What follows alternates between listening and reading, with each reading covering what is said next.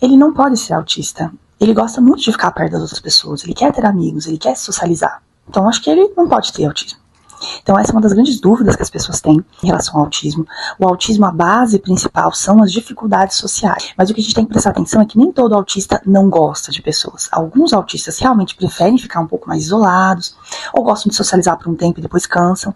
Mas muitos autistas gostam de pessoas, querem ficar próximos, só que têm dificuldade de manter um relacionamento, de iniciar uma conversa, de entender o que o outro quer dizer, de entender uma piada, de entender uma metáfora, de conversar sobre assuntos que não são do seu interesse. Então, tende a querer conversar somente do seu hiperfoco e não do que o coleguinha gosta. Então, as habilidades sociais, elas não são somente interesse na socialização. Isso é uma parte delas. Alguns autistas realmente têm pouco interesse em socializar.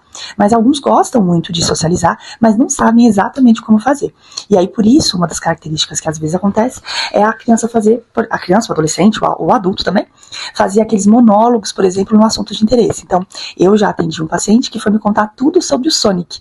Não só sobre o Sonic, mas sobre todos os personagens do Sonic e com todos os detalhes. E porque esse é o hiperfoco dele. Então, a questão é que isso às vezes pode dificultar o social, porque ele vai conversar com um amigo, ele não vai perceber se o amigo está interessado naquilo que ele está conversando. Então a gente tem que lembrar que as habilidades sociais é algo muito mais amplo do que somente você querer socializar. É você entender o que o outro quer dizer, você ter uma percepção social, saber como agir nas circunstâncias, saber ser assertivo, saber dizer o que você precisa. Então é um conjunto de habilidades muito mais amplo do que somente querer socializar. Então, lembrando, alguns autistas podem não gostar muito de socializar e outros podem gostar, mas de qualquer forma ele tem prejuízo em habilidades sociais, como lidar com aquela situação do dia a dia.